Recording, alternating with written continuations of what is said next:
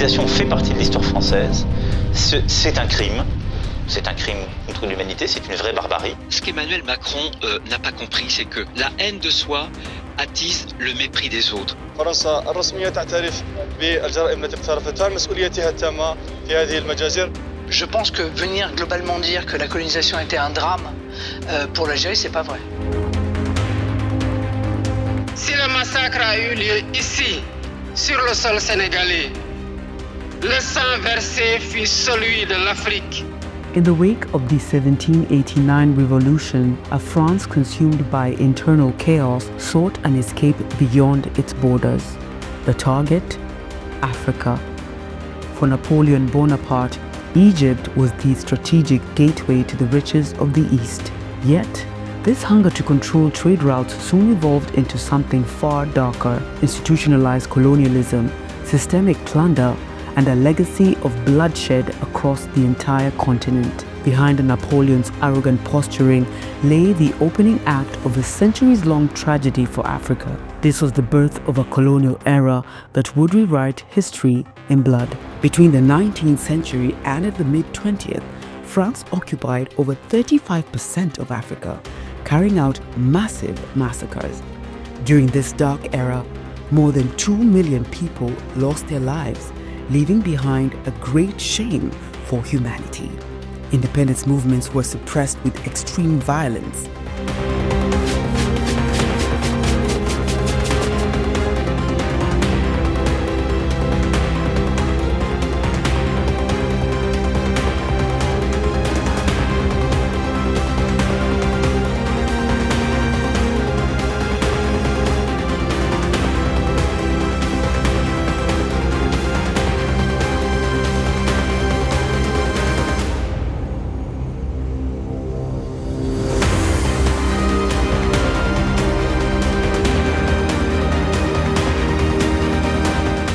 At its 39th summit in the Ethiopian capital Addis Ababa in February 2026, the African Union adopted a powerful resolution known as the Algiers Declaration on Colonial Crimes in Africa. It demands former colonial powers to publicly acknowledge the injustices they committed to Africa and Africans. The declaration also set aside November 30th as African Day of Tribute to African Martyrs, which is an Algerian initiative. For Algeria, the issue of recognition is particularly crucial, given France perpetuated several massacres against its people, such as in Sétif on May 8, 1945. On the day France celebrated Germany's surrender, the French army brutally suppressed pro-independence protests by Algerians.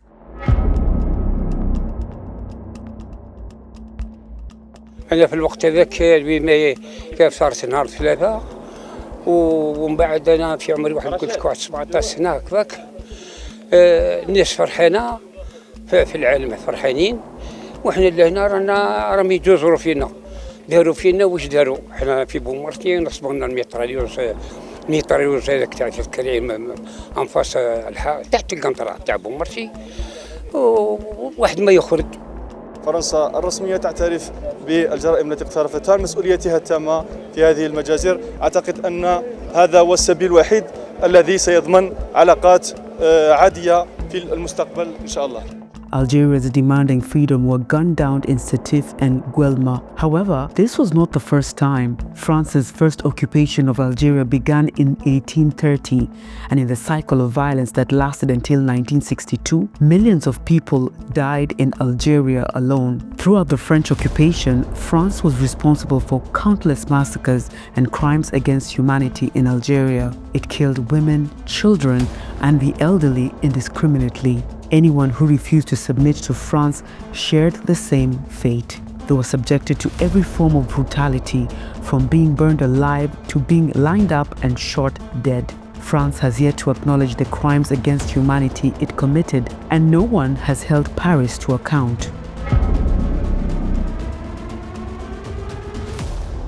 The Senegalese have similar stories too. Beginning from 1815, Senegal's Gorée Island was transformed into a slave trade hub where human dignity was utterly disregarded. Millions of Africans were uprooted from the continent in shackles. Hundreds of thousands perished during this dark, brutal voyage amid the inhumane exploitation. La vérité historique ne se décrète pas. Elle se découvre, excavation après excavation, jusqu'à la dernière pierre soulevée. On 1st December 1944, at the Tiaroe military camp near Dakar, the French army opened fire on Senegalese riflemen returning from fighting for France in the World War II in Europe. The reason? The Africans just demanded the payment of their wages arrears. La première rangée, c'est des individus qui sont habillés et certains ont même été enchaînés. D'autres ont même le crâne fracassé. La deuxième rangée, on a tous des individus qui sont dans des coffrages en bois et qui sont manquants, ça veut dire que leur corps a été complètement mutilé.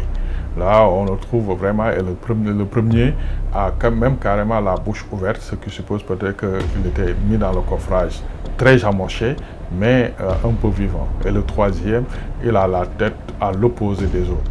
Qu'on puisse tirer de cette histoire, effectivement, des conséquences morales, des conséquences y compris de demande de réparation, c'est tout à fait normal.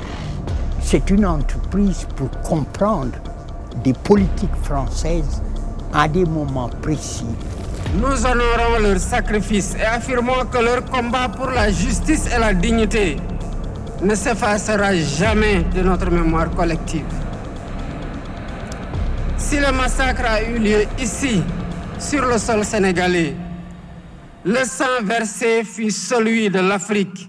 In 1857, the French formed colonial units from the local population and forced the Senegalese to fight on every front. France forced Senegalese soldiers into the Second World War. It continued to do so until as late as 1962.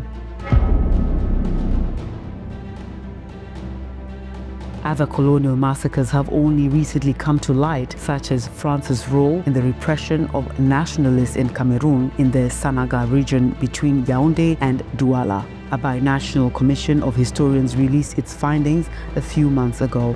France persecuted members of the Union of the Peoples of Cameroon, UPC, annihilating entire villages such as Ekité.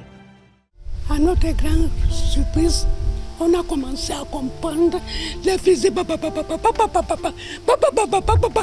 sauf qu'il peut. Et c'est comme ça que les corps tombaient. Je ne marchais pas encore comme maintenant.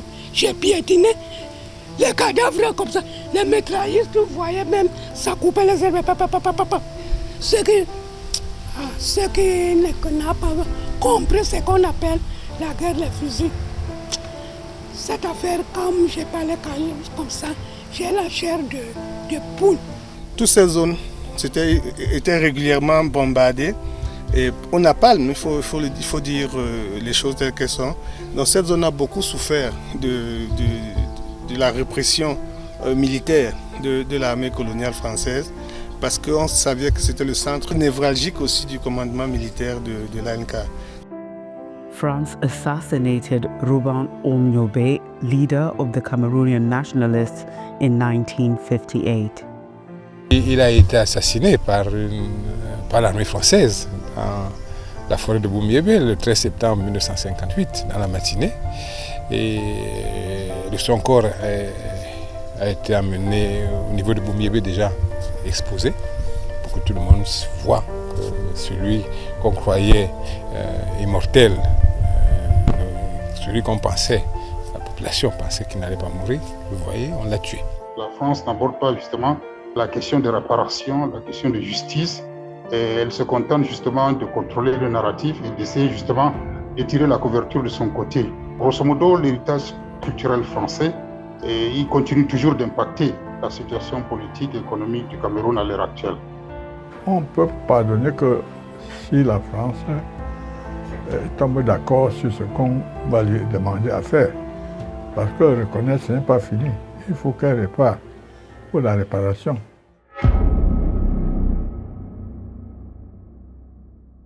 African countries have been demanding reparations, not just acknowledgement of the facts. Many African countries were plunged into the darkness of French rule. Even the island nation of Madagascar, on the other side of the continent, it experienced one of the worst massacres of the colonial period in Africa. In 1947, some sections of the Malagasy population stood up against colonialism. The uprising was brutally suppressed by the French army. The death toll estimates range from 40,000 to 100,000.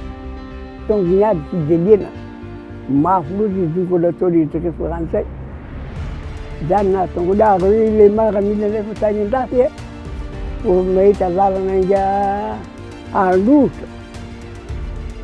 janna tongo ngad 47 arrive to vivre terras lut le français ya ndo azani français ndo tongo que não mata na ville mana lumburuana mseret salandi asa ne rune tel mulata mandiem no vof mit pun bala matungan dia luar siete anak dia lah pasti anak ke sudah lok mat mereka nama kumura manggarau.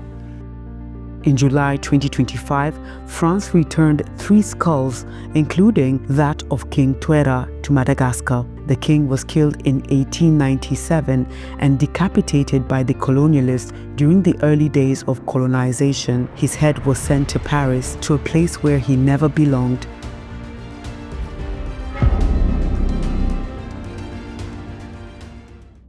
African countries expect more apologies and reparations. Meanwhile, French politicians continue to defend what they consider to be the benefits of colonialism, despite the widespread atrocities and their lasting negative impacts. La mission qui est la nôtre là-bas est importante. Néanmoins, le contexte que nous sommes en train de vivre au Sahel nous conduit aujourd'hui à regarder toutes les options stratégiques. J'ai tenu hier une première réunion et les prochaines semaines seront consacrées à un travail en profondeur que j'ai demandé au gouvernement et à nos armées pour regarder les modalités de notre intervention. Et je le dis, toutes les options sont aujourd'hui ouvertes. Moi, je peux comprendre que des peuples souhaitent obtenir l'indépendance. Je peux l'entendre. Hein. Mais je pense que venir globalement dire que la colonisation était un drame pour l'Algérie, c'est pas vrai. Voilà, c'est pas vrai. C'est pas vrai. Économiquement, en termes d'infrastructures, etc., la France a apporté à l'Algérie un capital qui aurait dû lui permettre d'ailleurs encore une fois, de se développer et de devenir, comme je l'ai dit, la Norvège du Maghreb. Ils ne l'ont pas fait. Ce qu'Emmanuel Macron n'a pas compris, c'est que, en réalité, se promener dans ces pays en faisant repentance, perpétuellement repentance, finalement on attise la haine de soi, attise le mépris des autres. The debate on colonization and demands for reparations has gripped France. It is also shaking Great Britain, Germany and Belgium. Tout cela ne me donne pas l'impression que la France est prête à prendre ce sujet à bras-le-corps. C'est assez risque et péril parce que la prise de conscience continue d'avancer sur le continent africain et la France gagnerait à essayer d'anticiper et à se préparer au changement parce que sa politique en Afrique va changer. Elle va changer qu'elle le veuille ou non. Des pays comme le Sénégal, les nouveaux dirigeants du Sénégal et les pays de l'AES le montrent. La vieille garde ne pourra pas tenir longtemps. Donc, si l'élite politique française n'est pas prête à changer de mentalité, je pense que ça va être beaucoup plus brutal encore que ce qu'on est en train de voir dans les pays de l'AES, par exemple. The words massacre and war are uttered, but recognition is only a beginning. Financial reparations, moral reparations, a shared history, archives remained sealed. Mass graves lie buried under concrete and overgrown with forest. Can forgiveness exist as long as all the graves remain unnamed?